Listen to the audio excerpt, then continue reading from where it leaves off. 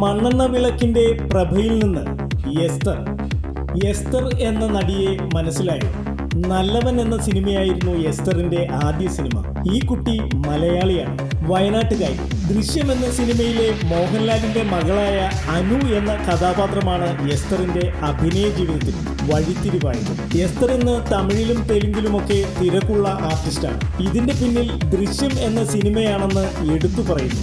മിൻമിനി എന്ന തമിഴ് സിനിമയും ജെമിനി എന്ന മലയാള സിനിമയുമാണ് എസ്തറിന്റെ പുതിയ സിനിമകൾ. തമിഴിലും തെലുങ്കിലും അഭിനയിക്കുന്ന എസ്തർ ഹിന്ദിയിലും അവസരം ലഭിച്ചാൽ അഭിനയിക്കാൻ തയ്യാറാണത്രേ. വയനാട്ടിൽ ഒരു കർഷകന്റെ മകളായി ജനിച്ച എസ്തറിന് ചലച്ചിത്ര പ്രവേശനം അത്ര ലളിതമായിരുന്നില്ല. കുട്ടിക്കാലത്ത് വീട്ടിൽ വൈദ്യുതി കണക്ഷൻ പോലും ഉണ്ടായിരുന്നില്ലത്രേ. മണ്ണെണ്ണ വിളക്കിന്റെ കരിയും പുകയും പുരണ്ടാണ് എസ്തർ പഠിച്ചു വളർന്നത്. സിനിമയിൽ വന്ന ശേഷം കുടുംബത്തിന്റെ അവസ്ഥയിൽ മാറ്റം വന്നു. എസ്തറിന്റെ അമ്മ ഒരു ചാനലിൽ കുക്കറി ഷോ ചെയ്തപ്പോൾ ഒപ്പം എസ്തറും പോയി.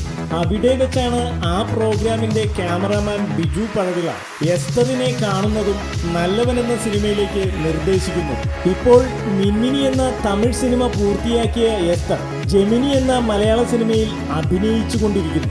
എസ്തറിന് തന്റെ അഭിനയ ജീവിതത്തിൽ ഏറ്റവും കംഫർട്ടബിളായി തോന്നിയത് ദൃശ്യത്തിൽ മോഹൻലാലിനൊപ്പം അഭിനയിച്ചപ്പോഴാണെന്ന് പറയുന്നു. ദുൽഖർ, നിവിൻ, കാളിദാസ് ജയറാം എന്നിവരുടെ നായികയായിട്ട് അഭിനയിക്കണമെന്നാണ് എസ്തറിന്റെ മോഹം. ഇപ്പോൾ അഭിനയമാണ് എസ്തറിന്റെ പാഷൻ.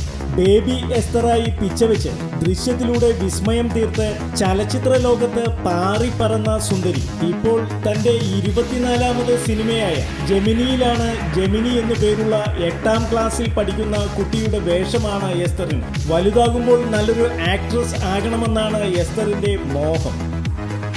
ദിവസവും വരുന്ന ഗോസിപ്പുകൾക്കും എന്റർടൈൻമെന്റ് ന്യൂസുകൾക്കും വേണ്ടി ഇപ്പോൾ തന്നെ സബ്സ്ക്രൈബ് ചെയ്യുക.